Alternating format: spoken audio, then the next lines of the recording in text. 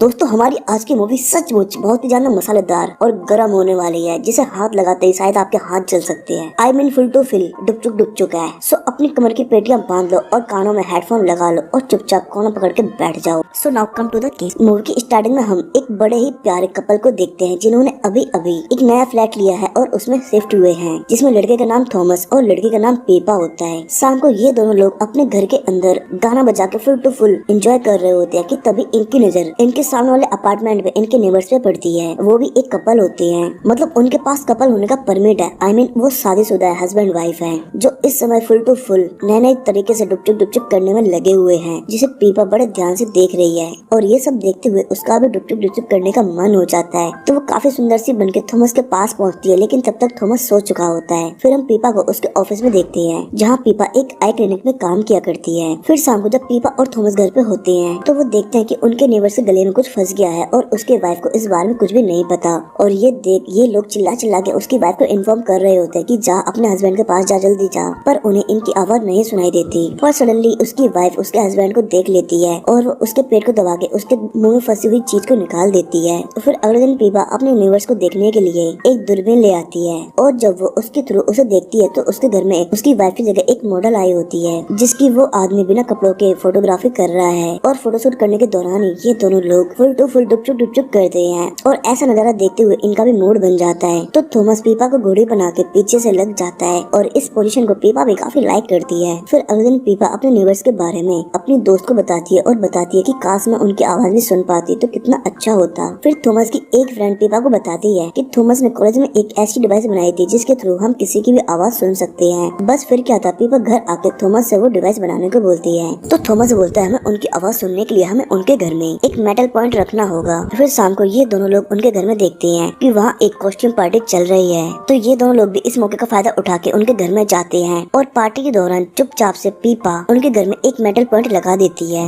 और वापस से अपने घर आ जाते हैं। और घर आने के बाद अपने नेबर्स के घर में देखते हैं, जहाँ इस समय इनके नेबर्स की लड़ाई चल रही है, जहाँ उसकी वाइफ उससे बोलती है कि पार्टी के टाइम तुम किसी लड़की के साथ किसी रूम में गए थे क्या। और ये सुन के उसका हस्बैंड भी उस पर चिल्लाने लगता है और बोलता है ये मेरा प्रोफेशन है और मैं प्रोफेशन ही बंद कर दूंगा तो हम लोग खाएंगे क्या। और ज्यादा बहसबाजी होते हुए वो आदमी अपनी वाइफ का सर टेबल पे दे मारता है, जिससे उसका चश्मा टूट जाता है। फिर नेक्स्ट डे जाने अनजाने उसकी वाइफ पीपा के ही गूगल आउटलेट में आती है चश्मा लेने के लिए, और यहाँ पीपा को पहली बार अपनी फीमेल नेबर का नाम पता चलता है। उसका नाम जूलिया होता है, और यहाँ बातें करते हुए ये दोनों लोग काफी अच्छे दोस्त बन जाते हैं। और इधर घर पे थॉमस अकेला होता है, तो वो अपने नेबर के घर में देखता है, जहाँ उसका नेबर एक सामने लड़की का फोटो शूट कर रहा है। और फोटो शूट खत्म होने के बाद इसका नेबर इस लड़की के साथ भी फुल टू फुल डुपचुक करता है। फिर रात को जूलिया भी घर आती है और थॉमस को बताती है कि आज वो हमारी नेबर जूलिया से मिली। और थॉमस भी पीपा को बताता है कि उसका हस्बैंड आज भी एक नए मॉडल के साथ डुपचुक करने में लगा हुआ था। और ये सुन के पीपा डिसाइड करती है कि वो जूलिया को उसके हस्बैंड के बारे में ये सब कुछ जरूर बताना चाहेगी, क्योंकि वो उसकी जिंदगी खराब कर रहा है। फिर कुछ दिनों बाद जूलिया और पीपा एक स्पा में मिलती हैं, जहाँ बातें करने के दौरान पीपा को फील होता है कि जूलिया अपने हस्बैंड के साथ काफी खुश है, इसलिए वो उसके हस्बैंड के बारे में उसे कुछ भी नहीं बताती। लेकिन बीतते दिनों के साथ पीपा को फील होता है कि उसका हस्बैंड जूलिया के साथ बहुत ही ज्यादा चीट कर रहा है, इसलिए वो रात को जूलिया के सिस्टम पे उसे एक मेल भेजती है, जिसमें लिखा था तुम्हारा हस्बैंड तुम्हें धोखा दे रहा है। और ये देख के जूलिया काफी टेंस हो जाती है। फिर पीपा एक और मैसेज भेजती है, जिसमें लिखा होता है अगर तुम्हें यकीन नहीं है तो तुम डस्टबिन में यूज प्रोटेक्शन देख सकती हो। फिर जूलिया भी डस्टबिन में यूज प्रोटेक्शन देख के काफी परेशान हो जाती है और नाइफ निकाल लेती है। और इधर पीपा और थॉमस भी जूलिया के हाथ में नाइफ देख के काफी डर जाते हैं। फिर जूलिया नाइफ लेके अपने हस्बैंड के रूम में जाती है, पर वो कुछ नहीं करती,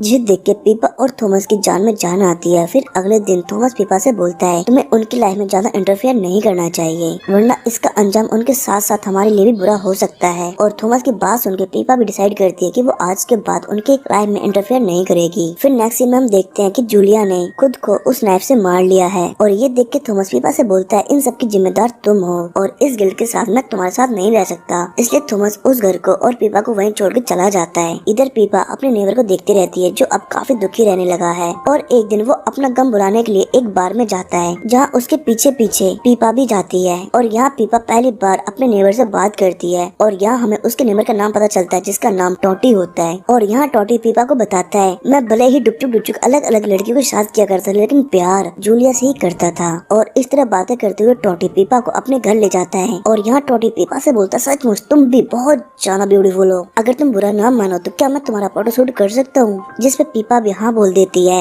और टोटी जानबूझ के अपने कपड़े उतार के पीपा का फोटो शूट करने लगता है। और इसी तरह फोटो शूट करते हुए इन दोनों का मूड बन जाता है और ये दोनों लोग डुपचुक डुपचुक प्रक्रिया में लीन हो जाते हैं। और इस तरह इनको काफी टाइम बीत जाता है और यहाँ थॉमस को भी अपनी गलती का रियलाइज होता है और वो पीपा को मनाने के लिए वापस उसी फ्लैट पे आता है। पर उसे वहाँ पीपा नहीं दिखाई देती, इसलिए वो दूरबीन से उसके नेबर्स के घर में देखता है जहाँ पीपा और उसका नेबर्स डुपचुक डुपचुक में बिजी थे। तो ये सब देख के थॉमस को बहुत बुरा फील होता है। फिर नेक्स्ट जब पीपा अपने घर आती है तो थॉमस उससे मरा लटका हुआ दिखाई देता है। हालांकि पीपा को थॉमस को मरा हुआ देख काफी बुरा फील होता है। फिर नेक्स्ट डे पीपा इन सब चीजों के बारे में अपनी फ्रेंड को बताती है और बताती है कि उन दोनों की मौत कहीं न कहीं मेरी वजह से हुई है। पर उसकी फ्रेंड बोलती, नहीं बहन ऐसा नहीं है, हमें किस इंसान के दिमाग में क्या चल रहा है ये चीजें कैसे पता चल सकती हैं। सो जो हुआ है उसका जिम्मेदार खुद को मत मानो। फिर पीपा दोबारा से सेब के आर्ट एग्जीबिशन में जाती है जहाँ उसे आधे से ज्यादा फोटोज खुद की और थॉमस की लगी हुई दिखाई देती है। और अपने आर्ट एग्जीबिशन के सक्सेसफुल होने के बाद सेब अपनी वाइफ जूलिया को स्टेज पे बुलाता है और जहाँ हम व्यूअर्स को पता चलता है कि उसकी वाइफ जिंदा है। और वो बताता है कि वो एक थीम कैरेक्टर प्ले कर रहे थे और उनका थीम था कि अगर आप किसी और की जिंदगी में इंटरफेयर करते हो तो आपकी जिंदगी पे उसका क्या असर पड़ सकता है। मतलब जब थॉमस और पीपा